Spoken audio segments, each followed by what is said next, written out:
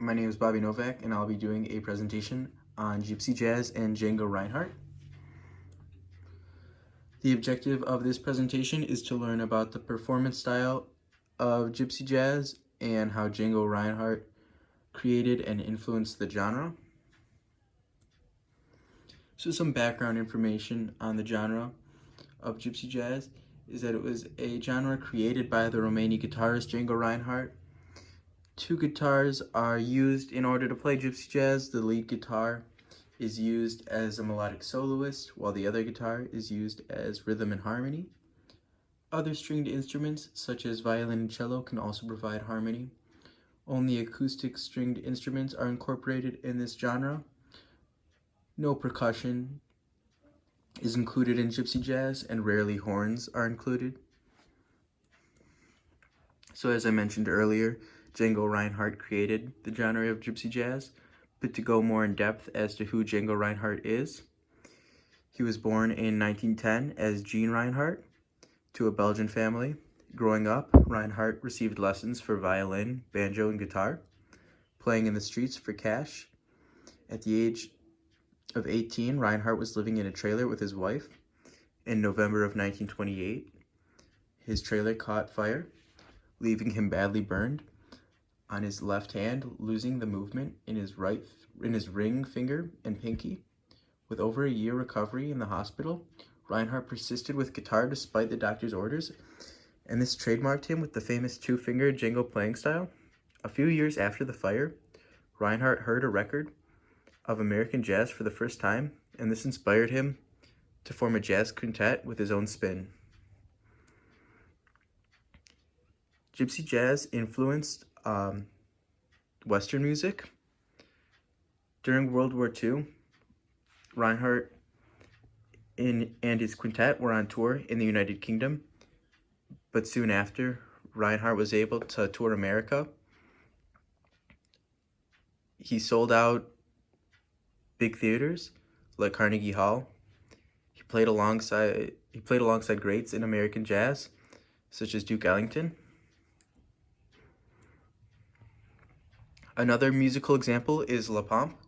La Pompe, also known as the pump, is a strumming style used by rhythm guitar in Gypsy jazz. It puts stress on beats 2 and 4. La Pompe is used to compensate for the lack of percussion. Tempo and structure is kept through the pump. I have a video link here to show how it works.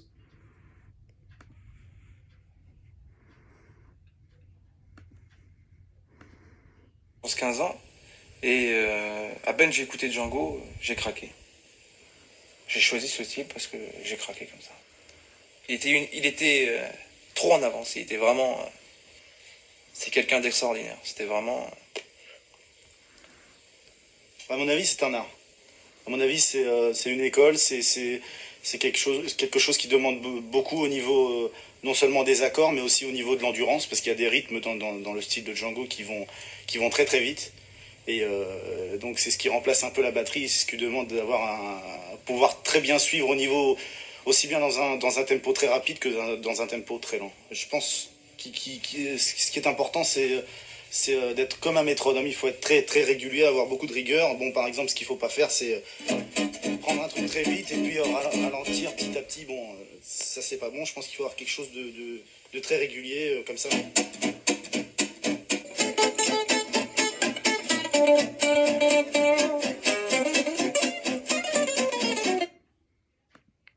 So that kind of gives an example of how La Pompe works.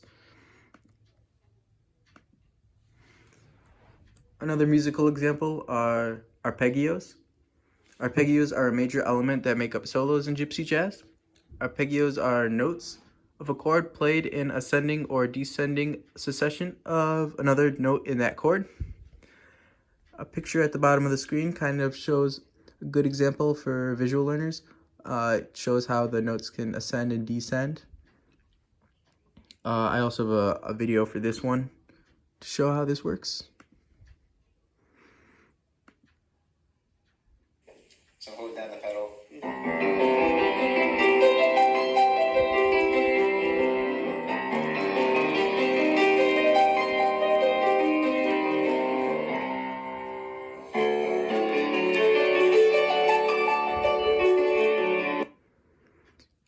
Alright, so you get the idea of how the notes descend and ascend in arpeggios. So in conclusion, gypsy jazz is a truly intricate genre of jazz created by Django Reinhardt. The strict instrumentation and culture are all things that Reinhardt designed, and even today, gypsy jazz is still being influenced by Reinhardt through the complex ornamentation and solos. These are the sources that I used. Thank you very much.